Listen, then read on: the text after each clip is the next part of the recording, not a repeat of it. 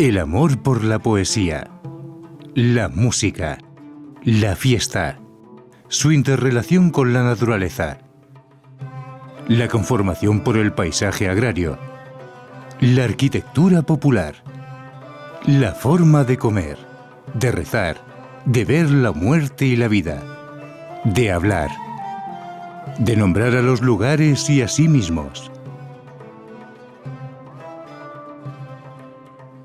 En definitiva, la cultura no se entendería actualmente sin la existencia de la cultura andalusí.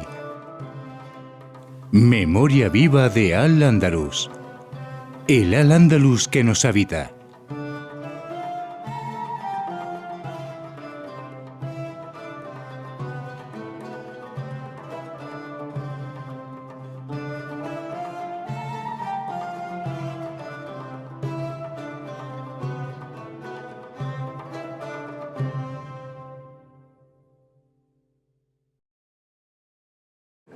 Respecto al autor, Paco García Duarte, es investigador especialista en historia medieval, sobre todo en los movimientos de población durante la Edad Media y en especial de Al-Ándalus. Es colaborador habitual de revistas especializadas y miembro del Centro de Estudios Históricos de Andalucía, el CEA, del Instituto Almenara para el Progreso y el Desarrollo de Andalucía y de la Sociedad para el Estudio del Andaluz, de la que fue presidente. Ha publicado El ideal de Blas Infante en Cataluña, donde él reside habitualmente, bueno, a caballo entre Barcelona y entre Cataluña y Padul. Decía El ideal de Blas Infante en Cataluña, propuestas para una historia del andalucismo y la migración, editado por el Centro de Estudios Históricos de Andalucía. También ha publicado La literatura en andaluz, la representación gráfica del andaluz en los textos literarios y mozárabes, y el último libro, el cual me perdí, lo siento, la presentación que fue aquí también hace 3 años, creo, que se llamaba Mozárabes en el origen de los reinos cristianos. Bueno, y ya os dejo poner, decía antes que estoy aquí no porque seamos amigos, sino porque me apasiona este libro, me ha gustado mucho su lectura. En él he podido encontrar, por un lado, un arduo trabajo de investigación, que es muy meritorio, y por otro lado, me he encontrado una lectura muy amena, muy fácil y, bueno, te voy a decir que me he divertido. Hay pasajes muy bonitos. Hay uno de ellos que dice que cuenta como en el siglo XVI el arzobispado de Guadix prohíbe a los curas que vayan a las fiestas de moriscos y zambras. Siglo XVI, después de la toma de Granada. Bien, pues sin más os dejo con Paco y después continuamos hablando, ¿no? Bueno, gracias a la Fundación y gracias a ti, Paco, por venir también, y a todos los que habéis venido también, muchas gracias. Hay 3 conceptos que árabe, musulmán e islámico, que se usan indistintamente, pero que no son lo mismo, no significan lo mismo. Árabe puede ser étnicamente el originario de la península arábiga, o puede ser la persona que habla árabe. De hecho, cuando se habla del mundo árabe, es porque tienen el árabe, que es la lengua del Corán, como lengua de cultura. Musulmán es el que profesa la religión musulmana de Mahoma. El árabe puede ser musulmán, pero no necesariamente. Hay árabes cristianos, incluso hay árabes judíos, y el musulmán puede ser árabe o no. De hecho, la mayoría de los musulmanes no son árabes. Y luego islámico. Islámico puede referirse a la religión, el que profesa el Islam, o puede referirse al que tiene una cultura relacionada con el Islam, con la lengua del Islam, que es el árabe, o sea que como lengua de cultura tiene el árabe, y otros aspectos que adopta. En este sentido, Al-Ándalus era una civilización islámica en el sentido cultural, no árabe, sino en árabe, porque se adopta el árabe como lengua de cultura. Pero no solo los musulmanes, también los cristianos, también los judíos, todos aprendían el árabe a través de la extensa red escolar que había en aquella época. En todos los pueblos había enseñanza primaria, en las ciudades más medianas había enseñanza secundaria, y luego la enseñanza superior había mucha gente que hacía lo que hoy se conoce como Erasmus, que es ir a otros sitios a estudiar. Los que podían, tenían medios, o algunos aventureros se iban a Túnez, a Egipto, a Bagdad, al Cairo, iban a estudiar con los maestros que ellos consideraban que eran los máximos exponentes en una materia. Los que les gustaba la medicina iban buscando a buenos médicos, los que les gustaba la filosofía, los astrónomos, y estos son los que trajeron muchos conocimientos al andaluz. No fueron los árabes de Arabia los que traían los conocimientos, salvo excepciones que también lo había, como un personaje llamado Ziryab, pero la mayoría de los conocimientos los traían los mismos andalusíes que hacían estos viajes de estudio a Oriente. Digo esto porque, para entender que al-Ándalus básicamente era la misma civilización bético-romana que se hace musulmana, se convierten en musulmanes en una parte, otros siguen siendo cristianos. De hecho, en los primeros siglos había muchos cristianos, en la época emiral y califal y los reinos de Taifa había muchos cristianos, y la impronta que tienen cultural de su época bético-romana sigue en la época del Al-Ándalus y tiene gran importancia también en la cultura andalusí, la cultura anterior bético-romana. Eso para entender un poco. Y luego el primer capítulo que le dedico, sin lo cual no se entiende, porque muchos de los legados que no han llegado al Ándalus, o una parte de ellos, por ejemplo el patrimonio, las grandes construcciones, la mezquita, la Alhambra, puede haber llegado sin que haya habido población. O sea, lo hicieron, se fueron y hay que dar los monumentos. O el legado científico que se ha transmitido a través de los libros, no necesariamente con la población que haya quedado se tiene que transmitir. Pero hay otros legados de los que hablo que es necesario, no se entiende sin que la gran mayoría de la población actual de Andalucía, por ejemplo, yo me restringo un poco a Andalucía, aunque Al-Ándalus abarcó más zonas, pero la gran población de Andalucía es de origen andalusí. Y al primer capítulo lo dedico a eso porque si no, no se entiende lo demás. Por ejemplo, cuando se conquista el Valle del Guadalquivir por Fernando III el Santo, en esa conquista a veces se olvida de que se hace a un imperio que dominaba al Ándalus, que eran los almohades. O sea, se conquista a los almohades, que eran los moros.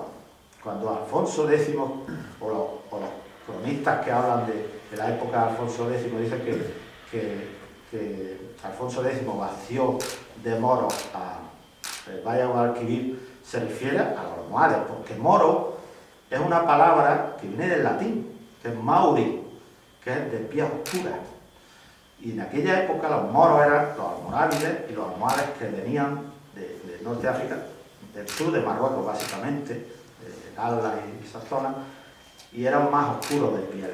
Luego se extendió la palabra moro a todos los musulmanes en general, pero en origen, mauri, que hoy existe un país, se llama Mauritania, eran los de piel más oscura.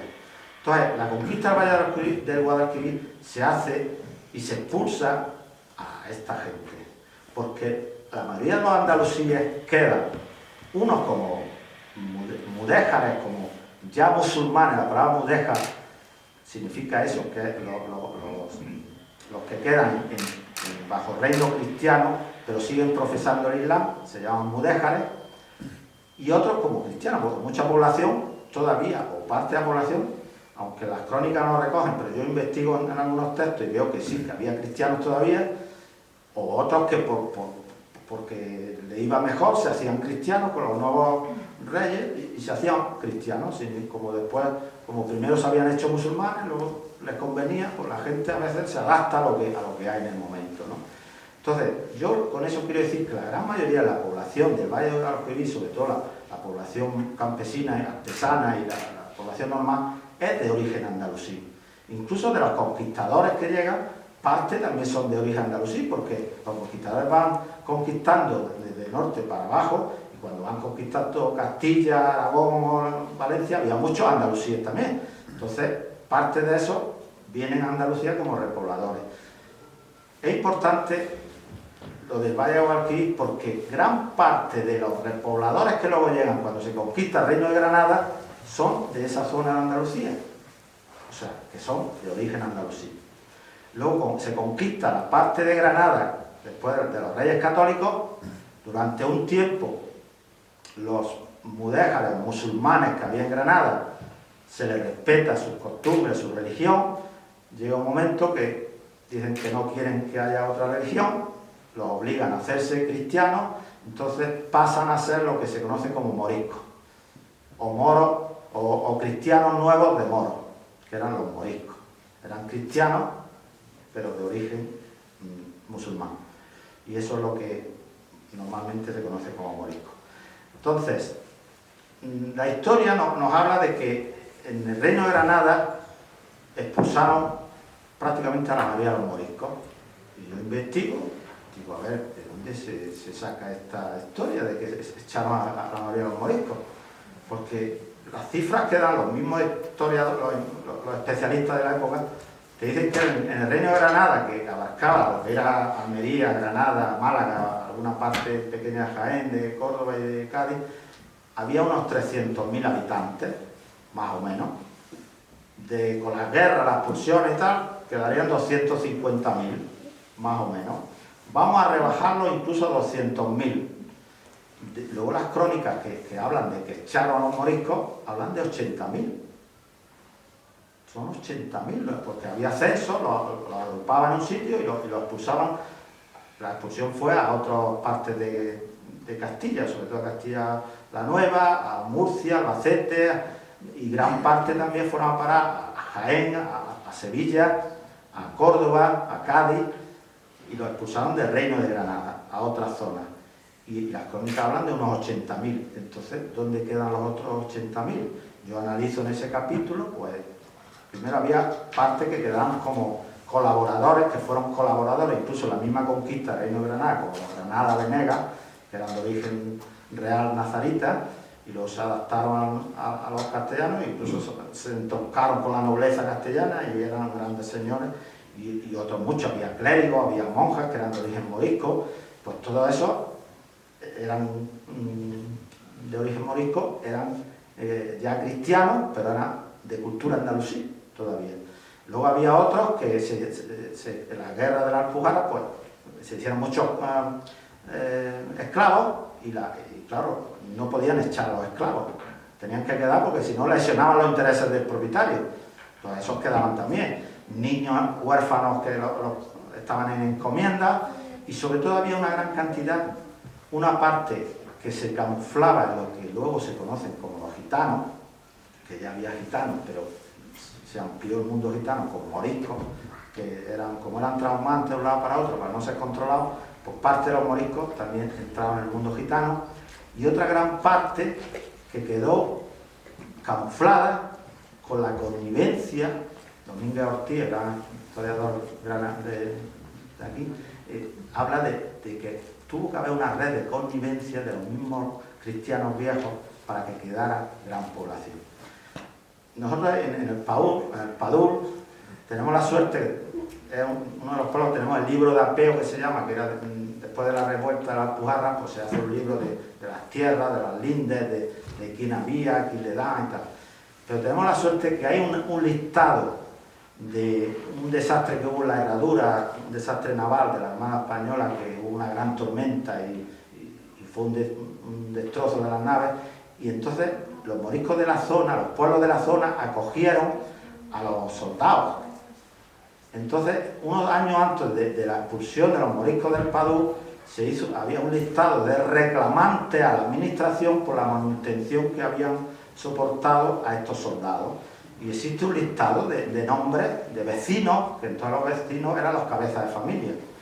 Pues hay 39 vecinos que reclaman a la administración en 1563, que después en la lista de 1570 no aparecen como expulsados, ni como en galera, ni como muertos.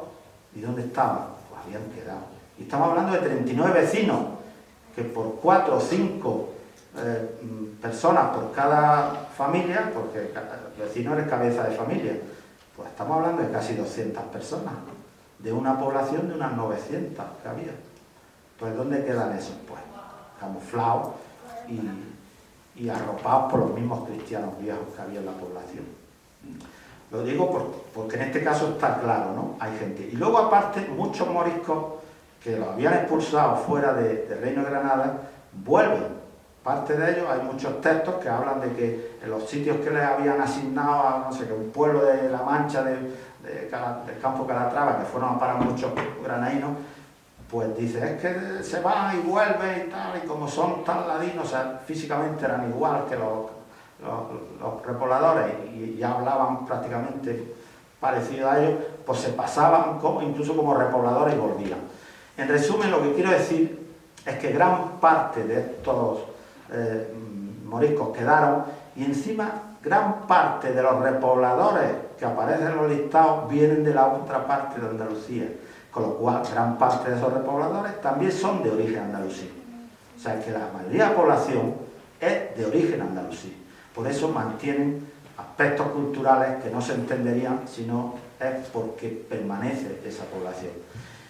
Y en eso, en una faceta de la cultura andalusí, es donde se ve esta permanencia, por ejemplo, en la idiosincrasia, la forma de ser, el carácter de los andalusíes.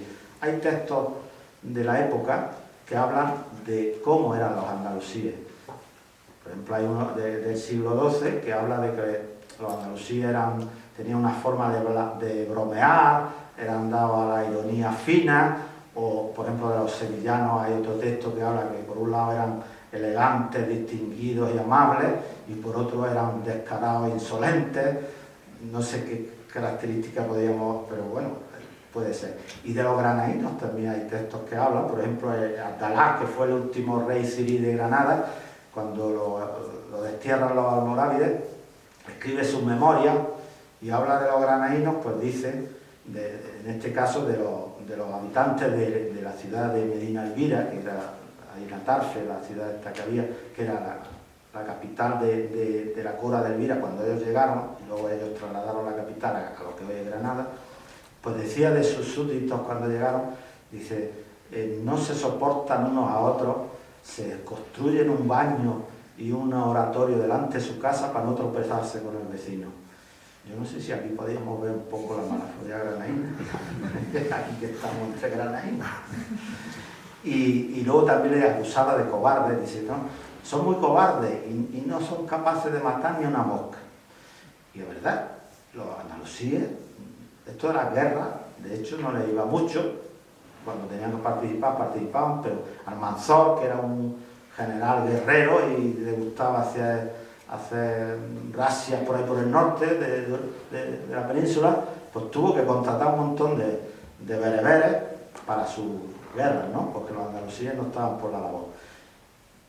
Y luego también es curioso que hay textos de Alfonso VI de Castilla, cuando conquista Toledo y ya se quiere bajar más abajo y tal, acusa a los andalusíes, pues fíjate lo que los acusa, de ser muy amantes de la música, de las fiestas, de los placeres de la vida, y a la misma vez insta su fin el califa de los almorávides, que también primero viene a ayudar a los andalusíes, pero luego se conquista el Andaluz, acusa a los andalusíes de lo mismo.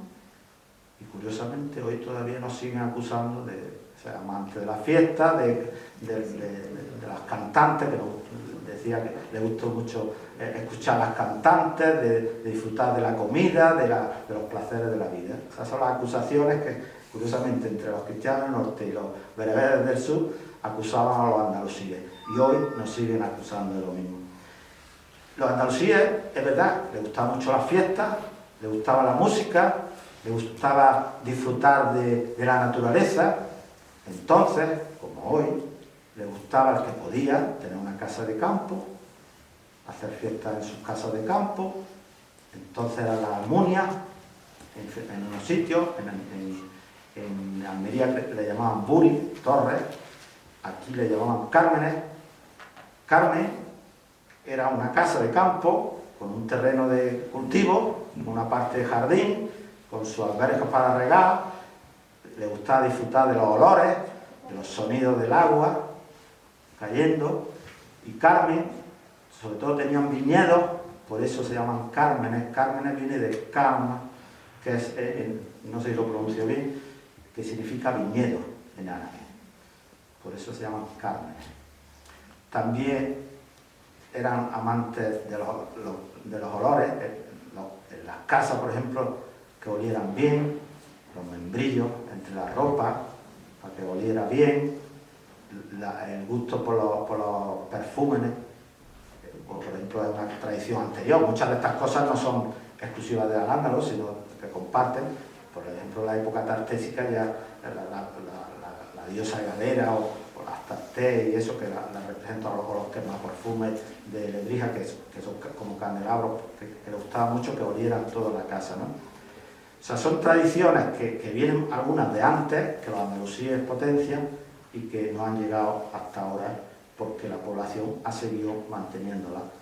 Eso en relación al carácter, también el carácter supersticioso de los andalusíes era muy exagerado, hoy se ha diluido un poco, ha quedado más en el mundo gitano, porque para mí el mundo gitano es de origen andalusí, la mayoría de los gitanos para mí son de origen morisco, que eso en otro capítulo lo desarrollo un poco. Eran muy amantes de la poesía, de la música. De hecho, los andalusíes fueron los creadores de dos géneros poéticos, uno se llama muasaja y otro cejer. La muasaja está, el poeta es una historia normalmente de amor y desamor, como la copla andaluza actualmente, y está basada en una coplilla popular, que es los últimos versos, los 4 últimos versos, que son coplillas de amor y desamor, incluso de nana, de amor al hijo, ¿no? La nana es una palabra del árabe que significa duerme, nana, cuando dice nana, nanita, nana, es de nana, nanita, nana, duerme, duérmete tú, duerme. O sea, la misma nana es de origen andalusí. Y entonces ellos porque son composiciones poéticas, pero están pensadas para ser cantadas. De hecho, la muasaja es la base muchas de los romanceros, lo que después fue romances fronterizos y canciones populares de corros que se hacían alrededor, a veces en las fiestas agrícolas alrededor de las lumbres, y también el cejer es el origen, por ejemplo, de lo que después fueron los villancicos, que en origen son profanos, los villancicos eran profanos, no eran religiosos, luego se hicieron, muchos villancicos se hicieron religiosos, pero el origen eran de temas profanos, y el villancico viene del cejer, igual que los corridos, que después muchas canciones populares que se llaman corridos, y lo que son los fandangos, cortijeros, que serían, hoy por ejemplo están los verdiales, que son también una especie de fandango, que también vienen de esas fiestas agrícolas, porque los andalusíes eran muy amantes de las fiestas, sobre todo lo que se llamaban las zambras y las leilas. La zambra, que es una palabra del árabe también, que quiere decir conjunto de unión, eran conjuntos instrumentales donde había cantantes, donde había a veces bailarinas, iban a las fiestas, a las bodas, a las circuncisiones, y después, en la época cristiana, después de la conquista de Granada, también participaban en las fiestas cristianas. De hecho, en la Corpus iban las zambras moriscas, cantando y bailando, la misma Corpus. Luego empezaron a prohibir las zambras a los moriscos y los moriscos la traspasaron a las fiestas del campo, o sea, se la llevaron a esas fiestas que hacían agrícolas, sobre todo a final de ciclo agrícola. Por ejemplo, en mi pueblo, en el Padua, hay una fiesta que se llama las Mauracas, que es en septiembre, final de ciclo agrícola, y Mauraca es del árabe andalusí, que quiere decir maura el asado, o relacionado con el asado, que ha quedado fonéticamente evolucionado con moraga, que es sobre todo en la costa, que eran las fiestas de la moraga, que es asar pescado. De hecho, el espeto en realidad viene de esta tradición, de la moraga. Eso en cuanto a la forma de ser. En cuanto a las fiestas que hacían en relación con la religión, tenemos en cuenta, ya he dicho antes, que en Al-Ándalus había muchos cristianos. Hasta tal punto había una interrelación, un sincretismo entre musulmanes y cristianos, que celebraban todas las mismas fiestas. De hecho, los musulmanes celebraban la Navidad, celebraban el Año Nuevo, celebraban la Pascua de abril, que llamaban el Jueves de Abril, para los cristianos era el Jueves Santo, lo celebraban también los musulmanes. San Juan, la fiesta de San Juan en Al-Ándalus era el más allá, porque hacían no solo las fiestas típicas de purificación con el agua, el fuego y todo eso, sino que hacían concursos de poesía, hacían de estos ecuestres, o sea, carreras de caballos, o sea, una fiesta por todo lo alto, San Juan. Y la Navidad la celebraban igual que ahora, igual. Celebraban, daban fiesta a los niños en los colegios, también la época, se hacía en la época romana, se hacían regalos a la gente, se hacían belenes, los textos hablan de ciudades de pasta, hechas casitas de pasta con personajes de azúcar que se los comían después y los vendían en los puestos callejeros, y el que tenía más medios pues se lo hacía en su casa, porque eran costosos. O sea, y hay un texto incluso que habla de los sabios magos pasmados ante la ciudad de pasta. O sea, los reyes magos. Era más o menos igual. Hasta tal punto celebraban los musulmanes la Navidad que en el siglo XIII los mismos ulemas musulmanes tuvieron que importar una fiesta de Oriente, que era el Milad, es la fiesta del nacimiento del profeta, para hacer competencia a la fiesta de Navidad que celebraban tanto no ya los cristianos, por supuesto, sino los musulmanes. Pero ¿cómo celebraban los musulmanes estas fiestas cristianas? El aspecto más lúdico, festivo, no la fiesta religiosa en sí. Pero los musulmanes esa fiesta la hacían la noche antes.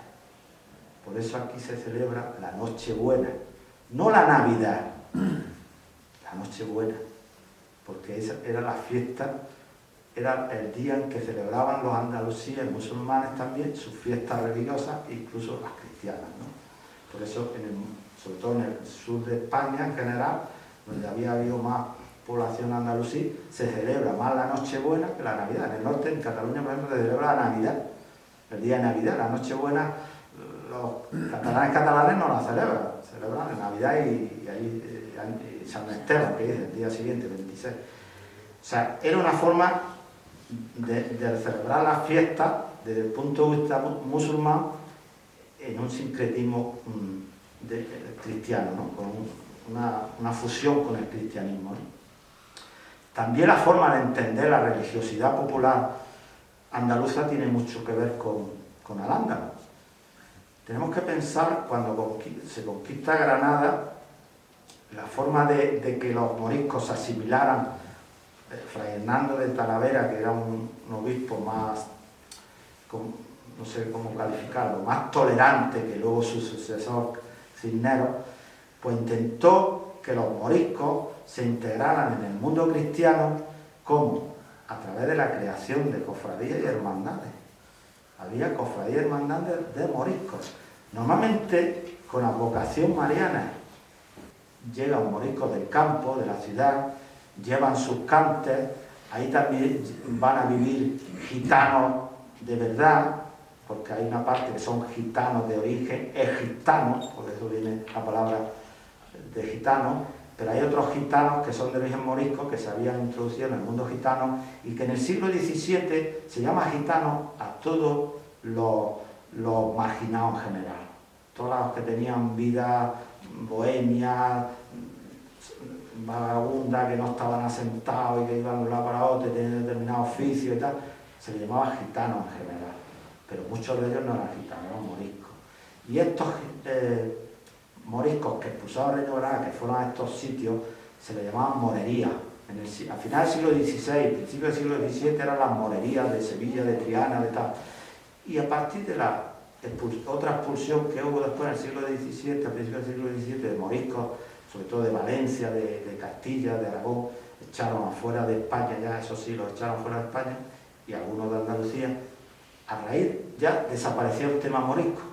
Ya las autoridades decían que ya no existían moriscos, pero seguía existiendo.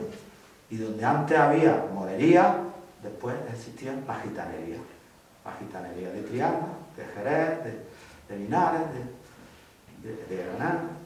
O sea, y estos son los que, pensemos que los moriscos estos que no se habían querido integrar, porque muchos andalusíes se habían integrado, se habían hecho cristianos, muchos de buena fe y lo habían aceptado todo, pero estos que eran más resistentes, pues terminan en estos sitios y fusionan su música, y de ahí nace lo que después se conoce como el flamenco.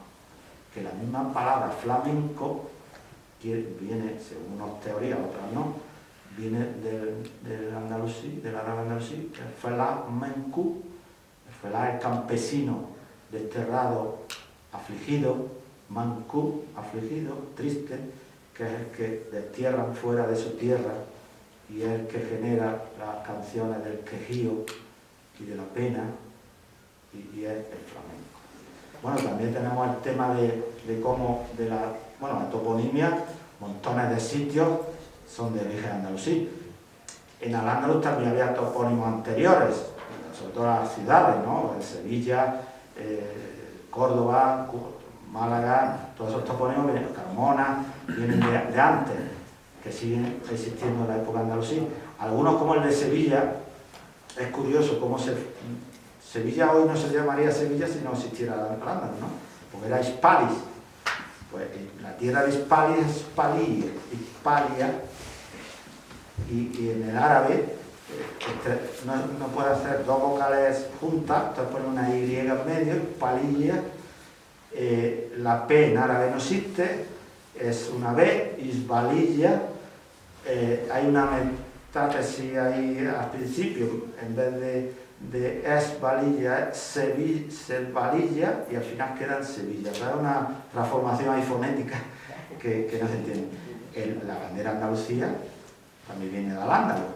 Entonces no había una bandera, eran estandartes diversos, y uno de esos estandartes que lo llevaba un poeta de Guadix, visir del rey de Sevilla, le hizo un poema que describe una bandera verde, blanca y verde en el siglo XI.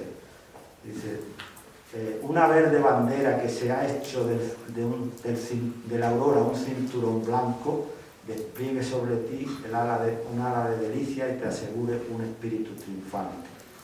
Un poema escrito en el siglo XI por un señor de Guadix, que además de visir era poeta, porque había muchísimos poetas en Al-Ándalus. Porque en la enseñanza primaria se enseñaba la lengua a través de la poesía. Curioso, ¿no? Luego la toponimia es como nos llamamos. El sistema de onomástico musulmán árabe de Oriente se traslada aquí y no ha llegado hasta ahora. En Andalucía, en los pueblos, ahora en las ciudades ya no tanto, pero en los pueblos tú no preguntas, oye, ¿tú quién eres? No. ¿Tú de quién eres? Pues la ascendencia. La nomática está el nombre, está el nasab, que es el origen, hijo de, el gentilicio, la nisba, de dónde, o el lakab, que era el mote, el oficio. Pues yo, por ejemplo, mi nombre en mi pueblo, ahora ya, yo no, hubiera preguntado hace años en mi pueblo por Francisco de Borja García Duarte quién es ese. Yo no era ese, yo era, de niño, era el Paquito de la Aurora de Paco el de Alejandro. O sea, era mi nisba, mi nasab, hijo de. O sea, eso ha quedado en el sistema nomático actual, incluso en el castellano, porque muchos de los oficios o de lo que es la cara andalusí o musulmán, o el aspecto físico, por ejemplo, han quedado fosilizados los apellidos castellanos: Delgado, Rubio, Moreno, o oficios, Carbonero, Zapatero. O sea, eso ha quedado ya fosilizado sin ninguna relación, porque que te llamen Moreno no quiere decir que sea Moreno. En origen sí, pero ahora ya no, que te llamen Rubio no quiere decir que sea Rubio o Delgado. O sea, que en origen era así, y en el castellano también, en todos los idiomas en general, hay el hijo de, no solo aquí, era una cosa de todo el mundo, ¿no? En general, en el norte, pues el son, ¿no? bueno, o Elik de los eslavos, y aquí Erez, Fernández, hijo de, o Ramírez, hijo de Ramiro, y aquí lo hacían a través del latín, del genitivo latino, que era Enís primero y después fue Enez. De hecho, todavía en algunas zonas queda Lis, como en Valencia, que es Sanchís, no es Sánchez, sino Sanchís o Sánchez, que es con el I, que es original. Y esa es la forma de llamar. Si luego la gastronomía, pues bueno, ahí hay montones que ya no nos vamos a hablar, porque vamos a ver si queréis 5 minutos. Bueno, pues podemos hablar un poco de la gastronomía. Hay otros patrimonios en general o legado científico, pero la gastronomía es curiosa porque es el tema que estoy ahora ya metiéndome más a fondo, y el capítulo que dedico a la gastronomía lo estoy ampliando para que salga otro libro, y me vuelve loco la gastronomía porque tengo recetarios andalusíes, más de 700 recetas del siglo XIII, y quiero compararlas con lo que había antes de algunos recetarios de la época romana y con lo que había cristianos, y muchos de los platos que hay actualmente, que son de origen andalusí. Porque en Al-Ándalus sigue la tradición anterior, bético-romana, pues por ejemplo los embutidos. En Al-Ándalus se hacían muchos embutidos, también se hacía en la época romana, las longanizas, el lucanit, se llamaba, o el morcón, o el relleno, las salchichas, el mircás, o el mercat del norte de África. Muchas de estas cosas a veces quedan en el norte de África, porque parte de los moriscos también fueron a norte de África y llevaron la cultura andalusí a norte de África, entre ellas la música, por ejemplo, y la gastronomía, ¿no? La música culta del norte de África o cortesana es la música andalusí. Las nubes andalusíes, para ellos es su música clásica, ¿no? Es curioso, ¿no? Y en la gastronomía pues se hacían empanadas, empanadillas, bueno, las frutas de sartén, tostadas prácticamente, vienen de Al-Ándalus, ¿no? Desde los churros hasta los papajotes, las torrijas, muchas de estas cosas vienen de por Al-Ándalus. El arroz con leche, sopas frías, el gazpacho sin tomate, como hacían hasta hace poco muchos pueblos. Gazpacho arriero, no era tomate, era picadillo, el pepino, la cebolla, no sé, depende de cada sitio y cada maestrillo, lo hacía de una manera, ¿no? El ajo blanco, una sopa fría, luego sopas calientes, las sopas calientes de pan. Era muy típico en la gastronomía andalusí el pan en la comida, se empleaba mucho pan. Las sopas que llevan pan actualmente, que hay varios platos, pues son de origen andalusí. Luego también le gustaba poner muchos huevos, pesar con huevos, incluso lo que sería hoy el gratinado, se hacía gratinado de una forma artesanal, porque cogían el plato, le hacían una salsa que era a base de huevo, con miga de pan o tortas desmigadas y tal, hacían una salsa y la echaban por encima, ponían la olla, el fuego por debajo, la tapa la ponían al revés y encima ascua, fuego también, y se encostraba, era la técnica del encostrado, que es básicamente la técnica del gratinado prácticamente, o sea, o la técnica del vapor, el cuscús, la cuscusera es una técnica de vapor, o sea, ya se conocía el vapor, se hacían los pollos asados, bueno, también se hacían cabritos y corderos, pero el pollo, la sardina, o sea, el pescado también se asaba en espetón, se usaba el espetón, tanto para el pollo como para el pescado. Incluso las recetas te describen cómo tenía que estar, a qué altura del fuego, para que no se quemara, cómo se tenían que poner. O sea, que todo esto nos viene de Al-Ándalus, gran parte de la gastronomía. Pero todo eso se ha transmitido a través de la gente, porque es la gente la que ha quedado y la que ha ido transmitiendo ya y ha perdido ya mucho la conciencia. Por ejemplo, la matanza, el rito de la matanza del cerdo ya no se hace porque se hace el matadero, pero hasta hace años el rito de la matanza era el rito de sacrificio del cordero. Al amanecer, se ataban los 3 pies al animal, se degollaba para sacar la sangre, porque en el Islam está prohibido el consumo de sangre por cuestiones higiénicas, luego se ha quedado como cuestión religiosa, pero era cuestión higiénica, y se tiraba la sangre. Pero ¿qué pasa? Que los moriscos, para decir, nosotros no somos ya musulmanes, somos cristianos, degollaban, hacían el rito musulmán, pero luego se comían la sangre. Se hacían morcillas, o asadas, asadas fritas. Las morcillas las ponían en los balcones a secar para decirle, oye, que yo soy cristiano, o los jamones en el pasillo para que se viera, que yo soy cristiano, que ya no soy moro.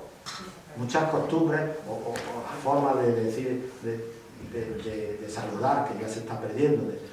A la paz de Dios, vaya usted con Dios, Dios le guarde, todo eso es de origen musulmán, porque era muy típico en la época musulmana. Y dejo ya. En resumen, que la cultura andaluza actual tiene mucho que ver con la cultura andaluza.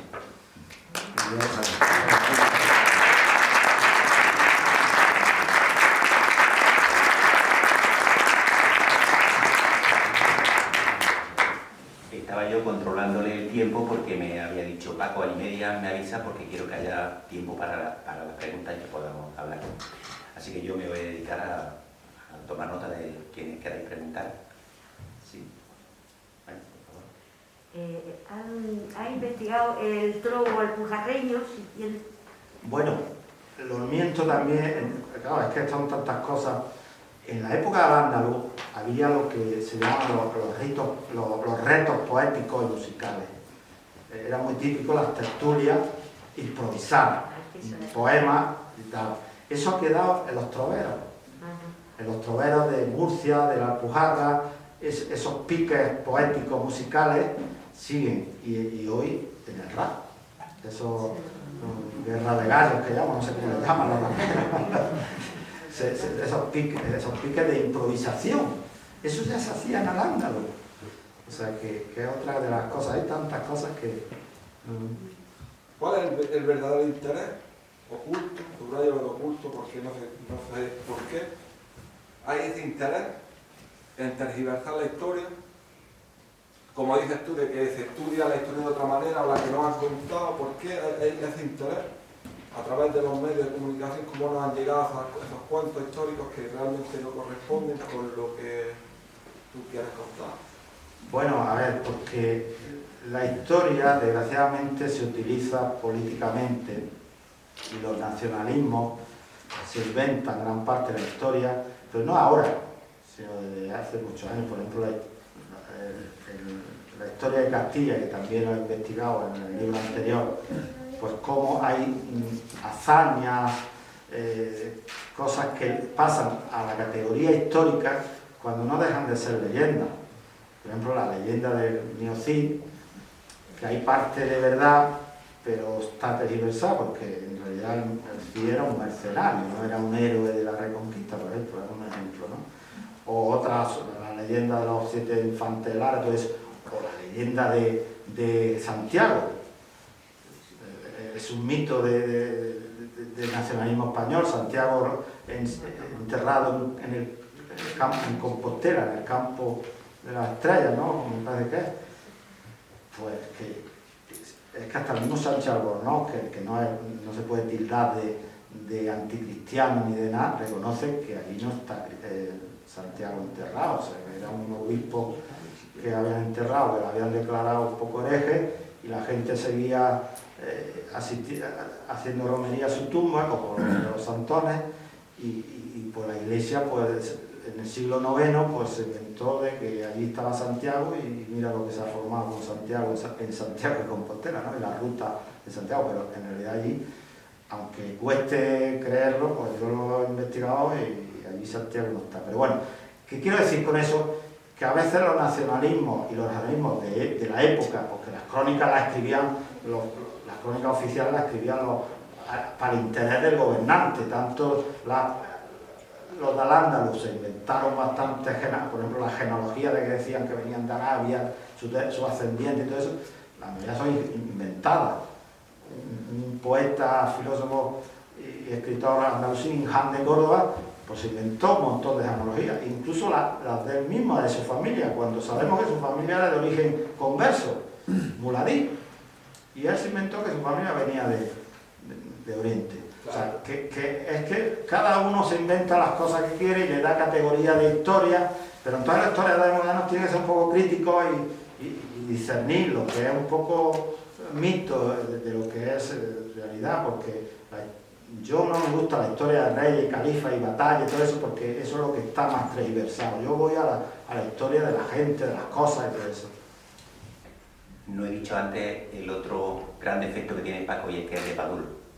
En absoluto tiene esto que ver con que yo soy de Dúrcal.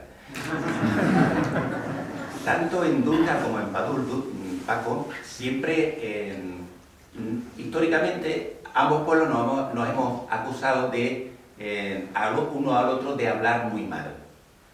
Ellos decían siempre que en Dúrcal hablamos muy mal, y en Dúrcal siempre se ha dicho que en Padul hablan muy mal.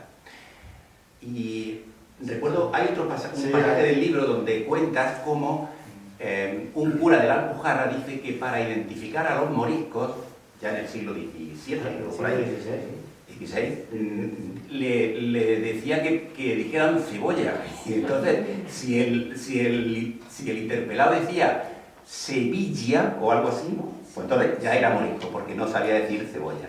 No, decía cebolla. Cebolla, eso es. Y ahí va mi pregunta. Paco, yo te quería preguntar porque... Sí, es que no he hablado de eso, no saltaba. La lengua, es un capítulo muy extenso y me lo he saltado. Pero sí, es que muchas de las características de la habla andaluza actual vienen del ándalo. O sea, nos han contado, yo que me gusta el tema de la lengua, de la habla andaluza, que también he escrito un libro sobre el tema, pues yo he investigado, y, pero a ver, ya hay investigadores lingüistas que ya reconocen esto, yo lo saco de ellos, yo no me lo invento. Por ejemplo, el jejeo, el ceceo o el siseo, pero sobre todo el ceceo, los andalusíes eran ceceantes, los moriscos eran ceceantes, y también había el jejeo. El jejeo, aunque hoy sea vulgar, que se considere vulgar, al principio de los romances, cuando se empezó los primeros textos romances, era lo culto. O sea, que los mozárabes, cuando emigran, los cristianos arabizados, mozárabes, cuando emigran al norte de la península, llevan su forma de pronunciar el romance, lo que ya empezaba a ser romance en el siglo X y XI, y pronunciaban, los andaluces para pronunciar el romance tuvieron que echar mano a dos sonidos del árabe andalusí. Uno era la ja, que de ahí viene el jejeo, la H aspirada, y otro era la sin, que de ahí viene que en muchas partes de Andalucía no diga mucho o muchacho, diga mucho, muchacho, o sea, con la sin. Pues en aquella época, cuando empezó a gestarse el romance del norte, que luego se llamó castellano, en donde tuvieron mucho que ver los mozárabes, estos emigrantes del sur al norte, ellos pronunciaban con la ja y decían humo, harina, hierro, como hoy decimos.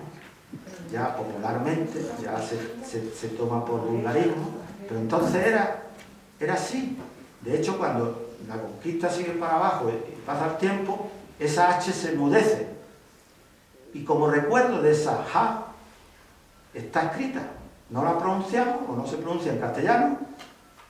Harina se escribe con H, hierro con H, humo con H, pero es el recuerdo de esa ja, de esa H aspirada andalusí. Y otras cosas, por ejemplo, el uso del diminutivo, que en Andalucía es muy típico, ¿no? En muchas zonas de origen andalusí, el diminutivo, Aragón, Murcia, diminutivo, en la Hacha, del siglo XI, montones de diminutivos. En pocos textos que existen hay un montón de diminutivos. El hijito, el señorito, eso está en la Hacha, en el siglo XI. Y eso hoy lo seguimos, es una característica actual andaluz, o el doble adjetivo, por ejemplo decimos, ahora ya no se dice, te estoy hablando del andaluz, su padre usted, doble, eso ya se daba. La D intervocálica en las hachas también aparece en algunos casos, la pérdida de la D intervocálica, o sea, hay características, o la adjetivación en I, que ha pasado al castellano, y lo del jejeo ha quedado fosilizado incluso en algunas palabras.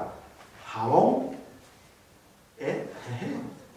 porque en origen, jabón, que viene del latín saponis, esa forma de pronunciar esa S era con jejeo y ha quedado fosilizado como jabón, o una palabra que es la sepia, que en Andalucía en muchos sitios dice jibia, que es la pronunciación jejeante de sepia. Pues la P no existe en árabe y es B, y la S inicial se hace jejeante. O sea, hay otros casos, no los recuerdo, pero ha quedado fosilizado en el habla actual. Dime. Paco, en relación con esto, ¿qué influencia ha tenido la Inquisición tanto en el ocultamiento de la lengua andalusí como en las manifestaciones externas de religiosidad? Bueno, a ver, la Inquisición en principio nació para el feudalismo, o sea, eran los que perseguían al principio, luego se aplicó a los moriscos. Los moriscos tuvieron, o sea, los andalusíes tuvieron que adaptarse al nuevo sistema, a la nueva religión cristiana, y ya he dicho antes que no les costó nada, o muy poco, porque muchas cosas que eran propias del cristianismo ya las practicaban en Al-Ándalus, y muchas cosas son iguales. Entonces, claro, hubo una especie, los que seguían siendo musulmanes de forma clandestina, a estos sí que la Inquisición le hizo mucho daño porque los perseguían, y todavía en el siglo XVIII había familias de origen morisco que seguían practicando el Islam de forma clandestina. O sea, en ese sentido sí, pero en general yo creo que la Inquisición no le afectó tanto al mundo de origen musulmán como al mundo de origen judío, ¿no? Pero bueno, yo no soy especialista en la Inquisición, a lo mejor es otro tema que no me he metido, no te puedo decir mucho. Sí, yo volviendo al acento nuestro, ¿no? y peculiar, yo soy de un pueblo que estamos cerca de Granada, pero sin embargo pues hablamos muy distinto yo soy de La Vega, concretamente de Maracena, ¿no?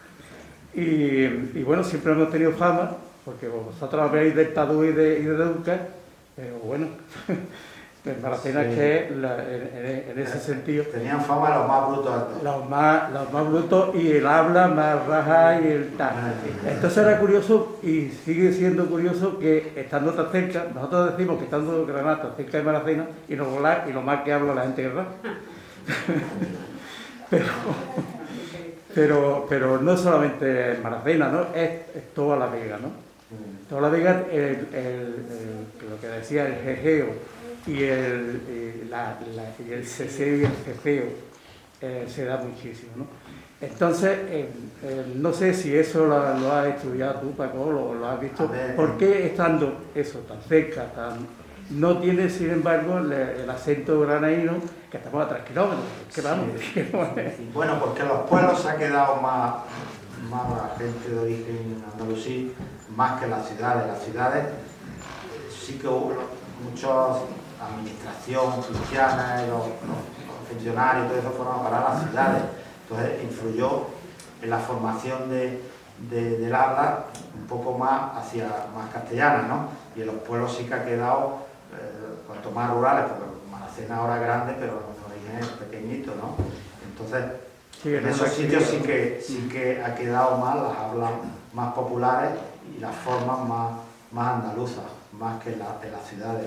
Bueno, ahora ya en las grandes ciudades se está perdiendo todo, hasta no ya lo que digo yo de que llaman vulgarismo, es que se está perdiendo ya hasta el acento, ¿no? De todas maneras hay cosas que perviven, ¿no?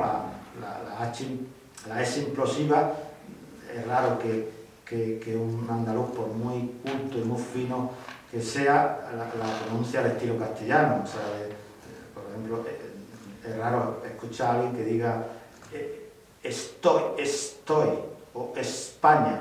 Normalmente dice España o estoy, con una H aspirada ahí, o una S implosiva, que digamos, o el acento, la pérdida de las consonantes finales, todavía a nivel culto andaluz también se sigue produciendo, ¿no? El andaluz ha tenido que crear, o el granaíno sobre todo, en la zona más oriental, es donde más se ve todo un sistema lingüístico para distinguir el plural y el singular, porque se pierde la S final, que no es de ahora. Manuel Alvara, lingüista catedrático de aquí de la Universidad de Granada que fue, ya habla que se daba en la bética, la pérdida de la S final. Pues claro, se ha tenido que improvisar un sistema lingüístico para distinguir el plural y el singular, abriendo las vocales o utilizando mucho los determinantes, unos cuantos, unos de estos, para distinguir las dos, el plural y el singular. O sea, que sí que existe un sistema lingüístico. Otra cosa es que los lingüistas, por intereses, no sé qué, lo obvien, ¿no? Pero hay. Y en los pueblos más. Lo que pasa es que cada vez la aculturación castellana, sobre todo a través de los medios de comunicación y de la Real Academia que limpia, fija y da esplendor a la lengua, pues nos va imponiendo más la norma castellana, español estándar le llaman, porque en ningún sitio del mundo existe que en una televisión un entrevistador esté entrevistando a una persona en un registro lingüístico diferente. Eso pasa aquí. El entrevistador habla en castellano estándar y además está un hombre del pueblo, está entrevistando y el otro está en otro registro lingüístico que es el andaluz. Pero bueno, ahí convivimos de aquella manera, no se normaliza, no se normativiza, pues no existe. Lo que no se le da un cierto reconocimiento especial, pues no existe. Y no existe, el andaluz al final no existirá. Pero bueno. ¿Había una pregunta más? Pero evidentemente como habla, sí. El habla andaluz también queda interpretarla, el habla. Pero muchas de las características propias de la... Es que, claro, hay que saber qué se entiende por habla andaluza. Si lo que entendemos es lo que yo hablo, pues es una cosa, pero lo que hablaban mis abuelos, pues no sería igual, no sería igual. Nosotros lo hacemos. Yo tengo curiosidad por saber las fuentes, el tipo de fuentes que has utilizado para tu estudio, si has tenido acceso también a fuentes árabes. Utilizo lo que dicen, o sea, utilizo eso. En antropología, por lo que dicen los antropólogos, las fiestas de esto, pues lo que dice Briseo, o la gente de la universidad, ¿no? O sea, yo utilizo a ellos, gracias a ellos. Pues lo que pasa es que a veces las conclusiones las vemos diferentes. A veces, no siempre, muchas veces coincidimos, ¿no? Yo a veces digo, bueno, ¿y por qué me dice esto y yo veo lo otro? O sea, en algunas cuestiones, yo no sé, ahora no me acuerdo de alguna cosa que lo de la población, por ejemplo. El gran especialista en los movimientos de población del Valle de Guadalquivir, que es Manuel González o Jiménez González, no me acuerdo el nombre, el catedrático por excelencia. Yo leo de dónde se basa él para decir todo eso y digo, bueno, en 4 libros de repartimiento que hay, o 7 en concreto, que son parciales, que están, los textos son de mucho tiempo después, que se reconoce que son interpolaciones, a veces que hay muchas interpolaciones por intereses dinásticos, para buscar su genealogía y sus intereses de propiedad. ¿Por qué elabora todo lo que elabora sin ser un poco crítico? Eso en ese caso, me acuerdo, lo de los moriscos. Pues si tú lees a Domingo Ortiz, no me sale el nombre, el gran especialista francés en el tema morisco, no me acuerdo el nombre. Bueno, yo los leo a ellos y ellos te reconocen parte de lo que yo digo. O sea, te dan las cifras. Y si te dan las cifras y tú comparas la población y los que expulsados y que luego vuelven muchos y que desde allí vienen, pues yo digo, blanco y botella, ¿no? ¿Por qué vosotros no lo veis así? Ahora se empiezan a ver muchas cosas de las que digo, ya empiezan a reconocer también. Los nuevos investigadores ya investigan más y más a través de internet se puede leer muchas cosas. O sea, que poco a poco vamos avanzando, espero que se normalice la historia, no las grandes historias, sino la historia pequeña de las cosas. Bueno, damos paso a la última pregunta, José Miguel. Solamente era darte las gracias por el trabajo tan amplio que ha hecho, yo lo he disfrutado leyéndolo mucho, sobre todo, bueno, donde acierta al principio esa base del por qué la población y ese movimiento de población y esa permanencia de la población es quizás el más profundo que hace al principio, y después llega a unos capítulos en que te diviertes muchísimo. Yo no sabía que yo sabía decir bola en árabe, por ejemplo, que es albóndiga. Claro, entonces es muy divertido ir leyéndolo y ir identificándote con todos esos ejemplos que pones y que te van descubriendo. No, y anécdotas y fiestas, la verdad es que no hemos tenido tiempo, pero... Claro, y han ido... La carrera de cintas que hay en muchos pueblos son de Virgen Nazarí, sí, pues ya acabando un poco con los juegos. Habla sobre los deportes, los juegos de la época, y un poco la relación con los nuestros, y menciona los juegos moriscos de Purchena, ¿no? Entonces, que le denomina precisamente el Comité Internacional Olímpico actual, lo denomina como eslabón perdido entre los Juegos de Grecia y los Juegos modernos, ¿no? Entonces, tienen esa clasificación oficial, y de hecho, yo... Un poco exagerado del Comité Olímpico, pero bueno. Bueno, no, es un eslabón porque son interculturales, porque aparecen también juegos de influencia turca, ¿no? Dentro de las luchas turcas, y por eso lo clasificamos, o sea, que ellos se movían dentro de ese terreno que era en un momento de paz, se producen en un momento de paz, intervienen...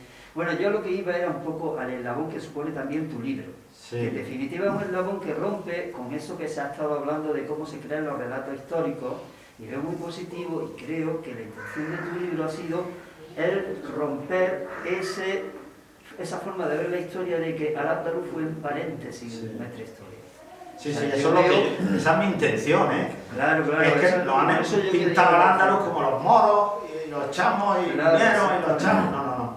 Al-Ándalus es la continuación de la Bética romana, y luego Andalucía ahora es la continuación, más o menos, cada vez menos, porque hemos cambiado más en los últimos 50 años que en los últimos 1000 años, ¿no? Desgraciadamente muchas cosas de las que hablamos aquí se van perdiendo, o sea, pero han pervivido hasta hace poco, pero bueno.